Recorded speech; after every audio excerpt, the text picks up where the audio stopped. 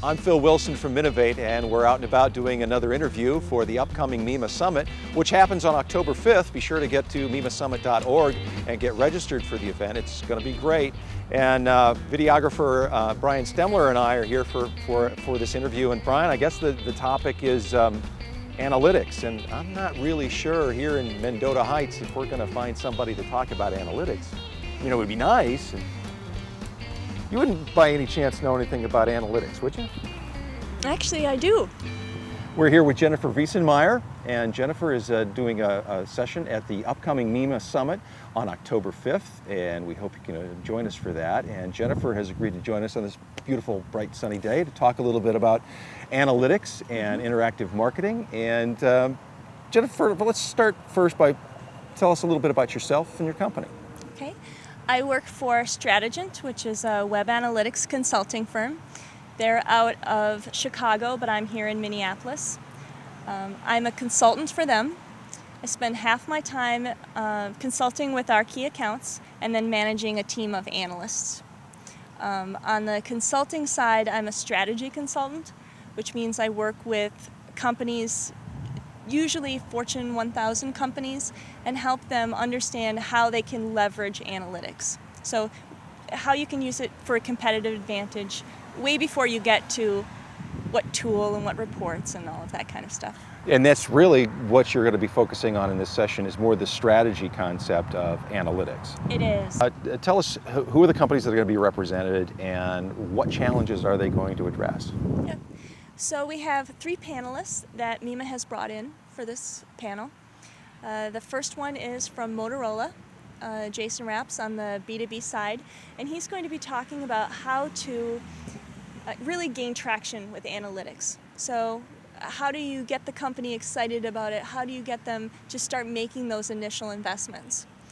The second speaker is from Dell, and he's going to be talking about once you have an analytics program and you're starting to be able to use it more, how do you really drive that culture of accountability? How do you get people to start considering measurement and analytics sort of in every activity that they're doing? And then our third speaker is Marshall Sponder from Monster.com. And Marshall is going to be talking about the strategy for leveraging analytics on new media. So there are a lot of questions about, we want to start using Twitter, but how do we measure it?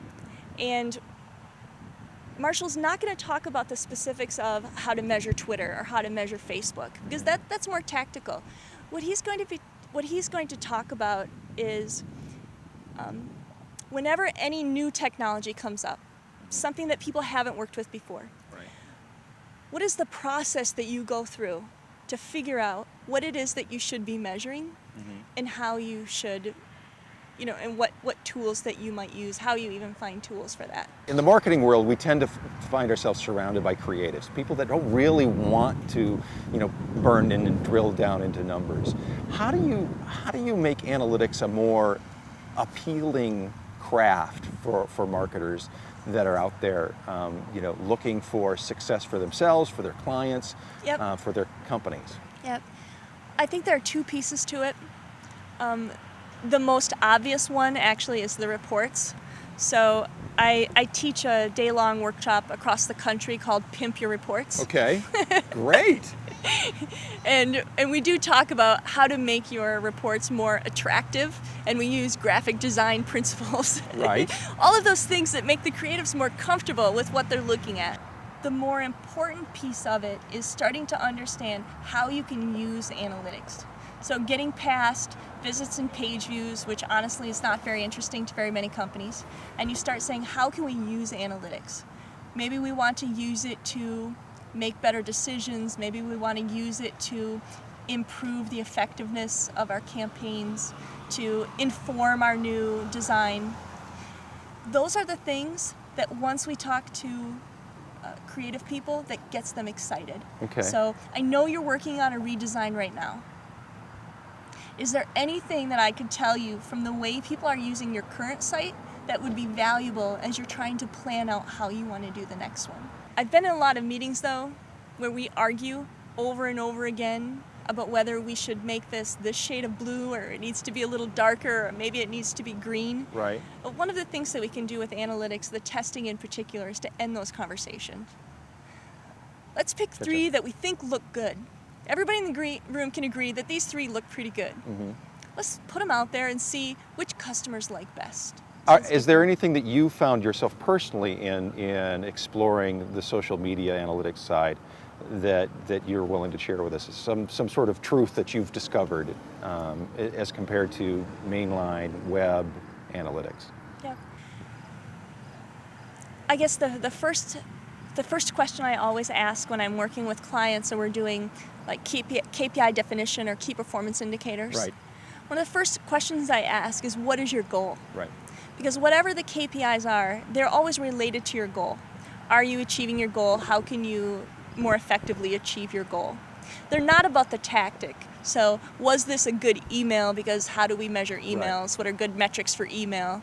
It's what was the goal of your email? Mm-hmm. Right. Did you achieve it? So that's a challenge that we have with social media, is because there are so many people out there who are doing social media because they think they should, mm-hmm. and they don't have actual goals. If you don't have a goal, I can't really measure it. Right. Here's the question for you. What is the next big thing in analytics? I know you lay awake at night saying, what is the next best thing in analytics? I don't lay awake at night, however, as I'm out and about at all of the various conferences, I can tell you that this is the thing that after the conference at night, we go to the lobby bar and get drunk and argue about. Okay, fair enough. And I know what we're doing after here. There's a wine bar real close. What we've decided, I think, is that analytics is in its awkward teenage years. Where you can sort of see where it might be going. As it applies to the web, right. Right, but you're not quite sure. And there are arguments over whether it will go the direction of business intelligence, whether we need to go that way to sort of get more traction, whether it needs to go into more strategy, more research. There are a lot of different angles to it, but I definitely think that one thing that everybody can agree on is that it is definitely evolving. Mm-hmm. And that the world of analytics as being focused around the website and being very web-centric, mm-hmm. that's falling away. For your session, which again comes up at the Mima Summit on October 5th. At the end of the day. At the so end you of the must day. Stay for the entire day. But that's all right. There's cocktails later. Tell me, what can somebody that plans on attending your session?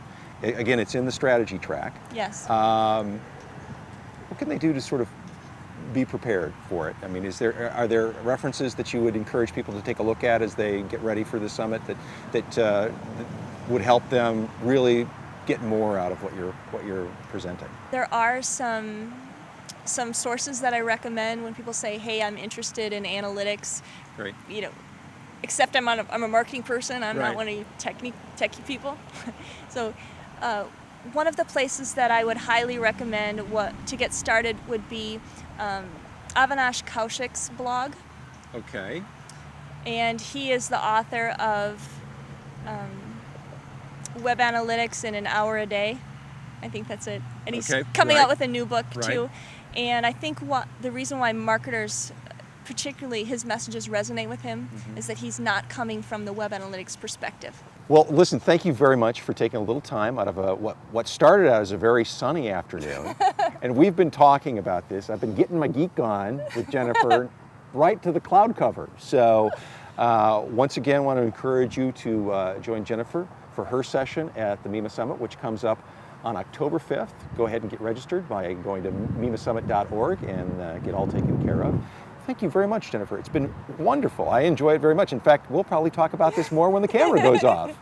Great. It was great to talk to you, too. Thank you. Thanks.